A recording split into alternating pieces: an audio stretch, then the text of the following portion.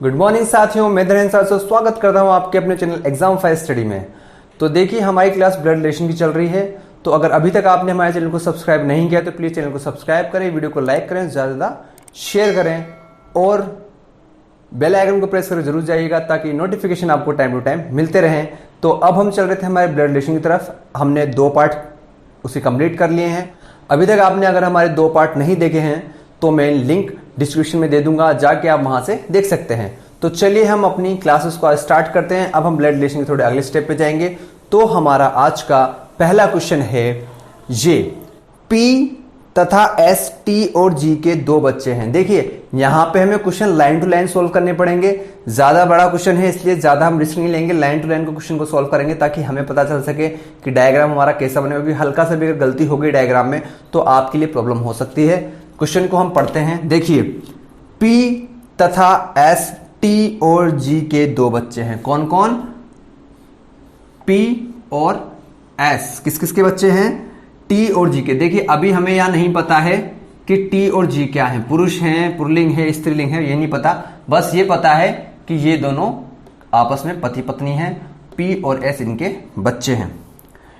T Q का भाई है। T कौन है? Q का भाई है। ठीक है, ये Q है हमारा, Q का भाई है T। जब ये भाई हो गया T तो ये पता चल गया कि ये महिला है। ठीक है, ये कपल का हमें पता चल गया कि ये पुरुष है, T पुरुष है और G महिला है, T मेल है और G फीमेल है। उसके बाद L Q का पिता है। देखिए, L Q का पिता है तो Q का पिता कौन है? L। ठीक है, ये ध्यान रखना, L पिता है Q का।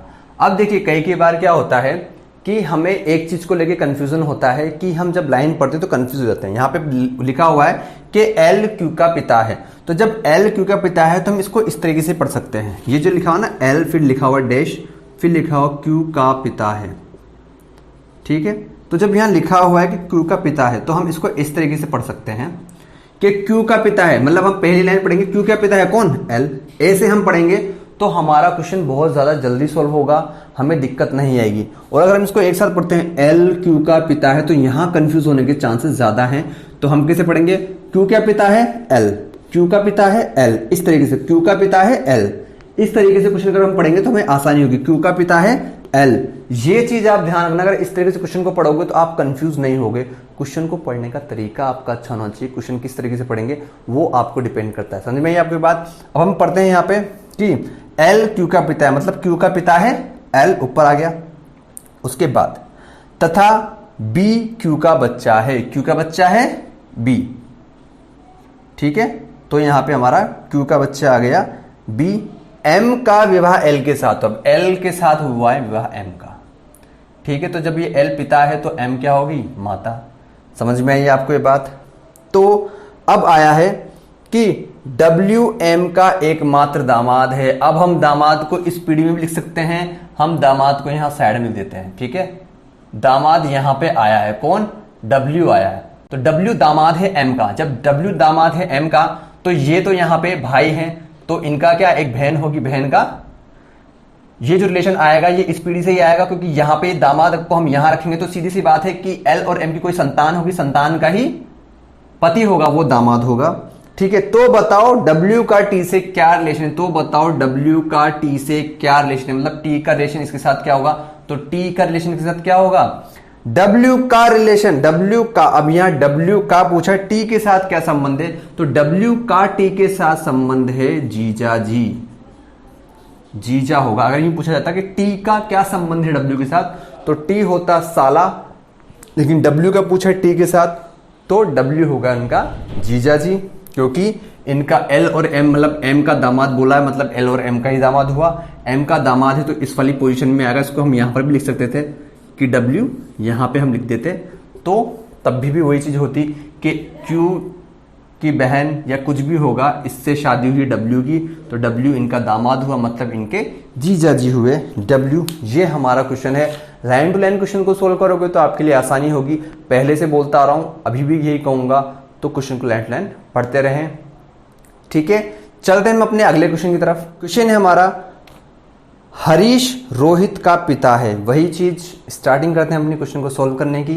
आप क्वेश्चन पढ़ लीजिएगा साइड में क्या है, मैं लाइन टू लाइन क्वेश्चन को सोल्व कर रहा हूं कि हरीश रोहित का पिता है।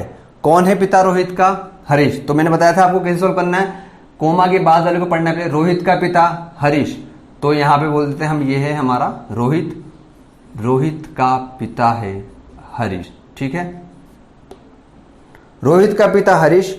रोहित माला का भाई, मतलब माला का भाई है कौन? रोहित। तो यहां पे हो जाएगा माला का भाई कौन है? रोहित है। उसके बाद माला दिलीप की पत्नी है। कौन की पत्नी है माला? किसकी पत्नी है माला? दिलीप की है। ठीक है, दिलीप की पत्नी है माला।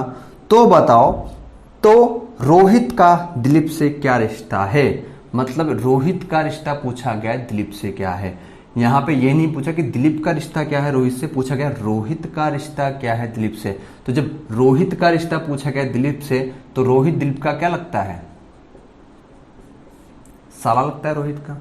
समझ में आई आपको बात? इस तरह से क्वेश्चन को सोल्व करना है। ये सिंपल सा मेथड है, तरीका ऐसे ही है। डायग्राम आपका बन गया तो बस आधा काम वहीं खत्म। उसके बाद लास्ट वाली लाइन पे थोड़ा कॉन्सेंट्रेट करो, क्या क्वेश्चन पूछा जा रहा है उसको आप उसमें फिलअप करो, दिमाग लगाओ और क्वेश्चन को सोल्व करो। सिंपल सी बात है। चलते हैं हम अपने अगले क्वेश्चन की तरफ।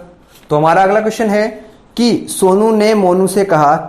अब देखिए यहां दोनों के बीच में वार्तालाप हो रही है, अगले व्यक्ति के बारे में कहा जा रहा है। तो देखते हैं कि सोनू ने मोनू से कहा, क्रिकेट खेल रहा वह व्यक्ति मेरे दादाजी। अब मतलब अपने दादाजी के बारे में बात करते हैं, मतलब सोनू के बारे में, खुद के बारे में बात कर रहा है। ठीक है, खुद के बारे में बात करते तो क्या हो रहा है? वह व्यक्ति मेरे दादाजी के, मेरे दादाजी के। ठीक है, मतलब सोनू के पिताजी के पिताजी। तो सोनू के क्या हुए? दादाजी। दादाजी के पुत्र की, मतलब दादाजी के पुत्र की, पुत्र की इकलौती बहन, इकलौती बहन। ठीक है, के पति। तो मतलब जब सोनू के पापा की बहन, सोनू के पापा की बहन मतलब सोनू की क्या लगी? भुआ लगी। तो जब सोनू की वह भुआ लगी तो क्या बोलता है कि भुआ के पति। तो भुआ के पति क्या होते हैं? फूफा जी तो होते हैं। ठीक है, बहन है तो वह व्यक्ति सोनू का कौन है? तो वह व्यक्ति सोनू का कौन लगा? तो सोनू का लगा वो व्यक्ति फूफा। ठीक है, फूफा जी सोनू के लगे। समझ में आई आपको ये बात कि भुआ के पति क्या लगते हैं? फूफा जी लगते हैं। तो ये इस तरीके से क्वेश्चन को सोल्व करना है आपको। सोनू के वो कौन लगे? फूफा जी लगे। आई होप आपको ये चीज समझ में आ गई होगी। चलते हैं हम अपने अगले क्वेश्चन की तरफ। देखिए क्वेश्चन है कि यदि रानी के पिता के चाचा। अब देखो यहां पे ये वाला क्वेश्चन भी ऐसा ही है, कंफ्यूज करने वाला है। गलती हो जाए तो कंफ्यूज हो जाओगे आप, डायग्राम में भी गलती हो सकती है। तो आप लाइन टू लाइन क्वेश्चन को सोल्व करेंगे और लाइन टू लाइन हम चलेंगे। तो क्वेश्चन है हमारा, सोल्व करते हैं हम सीधे कि यदि रानी के पिता के चाचा। अब ठीक है, रानी के पिता के चाचा की बात कर रहे हैं हम। यहां पर कौन है? रानी है नीचे। ठीक है, रानी। ठीक है, रानी के पिता। ठीक है, रानी के पिता के चाचा, मतलब चाचा कौन होंगे? रानी के पिता के, वही रानी के पिता के भाई चाचा ही तो कहलाएंगे। तो रानी के तो वैसे भी दादाजी लगे भाई, ये रिलेशन वही होता है। अगर यहां पे रानी की हम पूछा जाए तो ये दादाजी होंगे रानी के, और रानी के पिता होते तो भी दादाजी होते, चाचा होते तो भी दादाजी होते, यहाँ पे ताऊ होते तो भी दादाजी होते, क्योंकि ये पिताजी के दादाजी, पिताजी के चाचा, पिताजी के ताऊ जो भी हैं वो हैं। ठीक है, तो क्या है? पिता के चाचा, अनूप के पिता के पोते हैं। अनूप के मतलब ये है अनूप, अनूप के पिता। अब क्या बोल रहा है? अनूप के पिता के पोते हैं। कौन? रानी के पिता। ठीक है, तो रानी, यदि रानी के पिता के चाचा अनूप के पिता के पोते हैं। कौन? चाचा की बात कर रहे हैं, अनूप के पिता के पोते हैं। मतलब यहां पर हम ले आते हैं अनूप के पिता। ठीक है, के पोते हैं, मतलब एक तरह से देखा जाए तो अनूप के ही बेटे हैं। ठीक है, अनूप के ही बेटे हैं। ये डायग्राम है। ठीक है, ध्यान रखना है इस चीज को, डायग्राम बना कैसे है।